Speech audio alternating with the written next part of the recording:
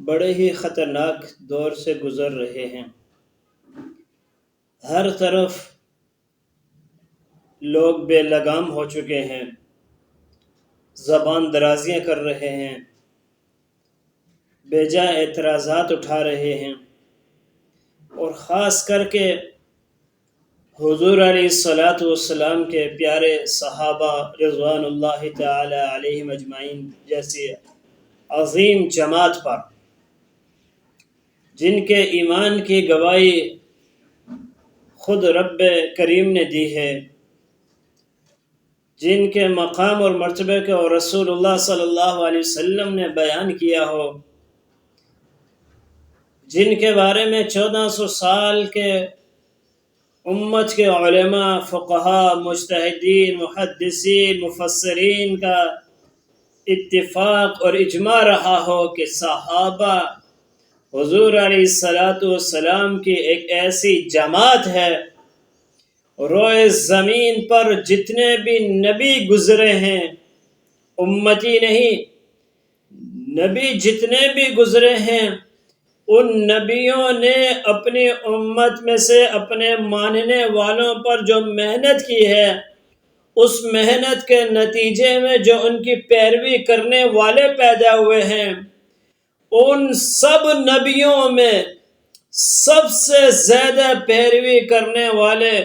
جس نبی کے ماننے والوں کا، پیروی کرنے والوں کا، زیارت کرنے والوں کا اس دور کے لحاظ سے، نبی کے دور کے لحاظ سے سب سے اونچا مقام اور مرتبہ وہ حضور علیہ الصلاۃ والسلام کے صحابہ کا ہے۔ سب اس بات کو تسلیم کرتے ہیں، سب ایمان والے اس بات کو مانتے ہیں، لیکن اس سب کے باوجود کبھی ادھر سے اشکال کیا جا رہا ہے، کبھی ادھر سے اعتراض کیا جا رہا ہے، اور بے جا اعتراض ہے۔ ایک اعتراض کرتے ہیں دوسروں پر، اس کے مد مقابل سامنے سے ہزاروں اعتراضات ان کے اوپر واپس پلٹ کر کے آ جاتے ہیں، ان کو سمجھ میں پلٹ کر کے آ جاتے ہیں، ان کو سمجھ میں بات نہیں آتی کہ ہم بات کیا کر رہے ہیں۔ ابھی میں دیکھ رہا تھا ایک انتہائی جو ہے عجیب انسان، کہ جو حضرت ابو بکر صدیق رضی اللہ تعالی عنہ کے بیٹے محمد بن ابی بکر رضی اللہ تعالی عنہ کے حوالے سے بات کر رہا تھا، اعتراض سوال کر رہا تھا، پوچھ رہا تھا، اور جو ہے بڑے ہی جو ہے اس کے انداز میں،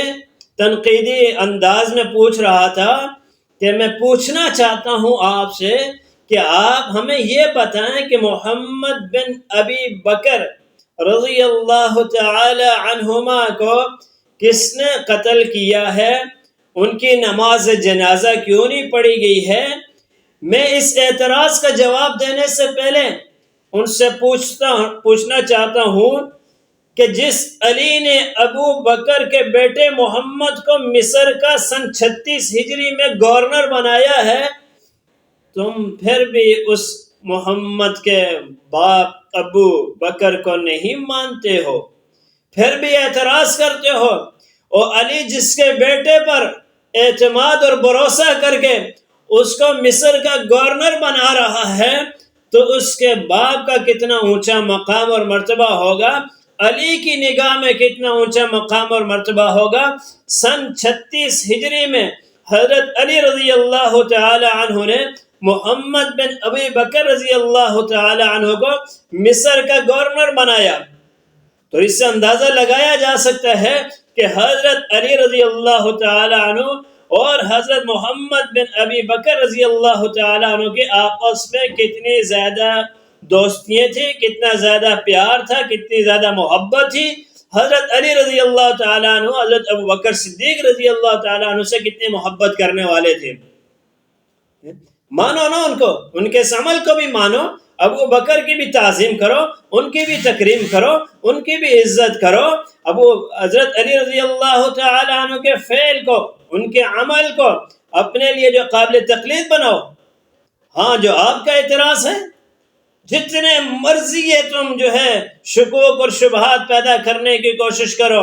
جب تمہارے ہاتھوں میں کوئی مضبوط بات نہیں آتی ہے تو پھر اس وقت تم جو ہے کبھی ادھر سے پکڑنے کی کوشش کرتے ہو، کبھی ادھر سے پکڑنے کی کوشش کرتے ہو۔ میں تو حکومت وقت سے، اداروں سے، ملک پاکستان کے چاہنے والوں سے، محبت کرنے والوں سے کہوں گا کہ ایسے لوگ جو صحابہ پر اعتراض کرنے والے ہیں ان کو لگام دو، ان کے خلاف قانونی کارروائی کی جائے، ان کو سخت جو ہے ان کے اوپر سخت نگاہ رکھی جائے، اور ان کو جو ہے قانون کے کٹہرے میں کھڑے کر کے ان کے خلاف قانونی کارروائی کی جائے، تاکہ ایسے لوگوں کو اصحاب پیغمبر پر زبان درازی کرنے سے پہلے 100 مرتبہ سوچنا پڑے۔ ہاں، رہی بات کہ محمد بن ابی بکر رضی اللہ تعالیٰ عنہ کو کس نے قتل کیا، تو میں یہ بتا دینا چاہتا ہوں کہ محمد بن ابی بکر رضی اللہ تعالیٰ عنہ کو قتل شہید کرنے والا شخص معاویہ ہے۔ معاویہ ہے، تبری اٹھا لیں، البدایہ والنہایہ اٹھا لیں، آپ کو اس میں ملے گا کہ معاویہ نے اس کو قتل کیا۔ لیکن یہ کون سا معاویہ ہے؟ کیا یہ حضور علیہ السلام کا صحابی، حضور علیہ السلام کے برادر نسبتی، خال المسلمین؟ نہیں، یہ وہ معاویہ نہیں ہے، یہ معاویہ دوسرا ہے، اس کا نام معاویہ بن خدیج الکندی ہے۔ الطبری اٹھا لیں اور اسی طریقے سے البدایہ والنہایہ اٹھا لیں، یہ تو الگ معاویہ ہے، معاویہ بن ابی سفیان الگ ہے۔ تم نام تو پورا پڑھو، تم جو ہے بات پوری کیا کرو، لوگوں کو بتانا چاہتے ہو پوری بات بتایا کرو کہ کون سے معاویہ کی بات چل رہی ہے۔ کیا جہاں پر بھی کوئی معاویہ نام کا کوئی بندہ کام کرے گا تو فوراً تم حضرت ابو بکر صدیق رضی اللہ تعالیٰ عنہ کے زمانے کی طرف چلے جاؤ گے اور معاویہ بن ابی سفیان کی طرف چلے جاؤ گے، کیونکہ تمہارے اندر غلاظت بھری ہوئی ہے۔ جو کچھ برتن کے اندر ہوتا ہے وہی کچھ باہر ٹپکتا ہے۔ در حقیقت تمہارے دلوں میں اصحاب پیغمبر کا اتنا بغض بھرا ہوا ہے، اتنا بغض بھرا ہوا ہے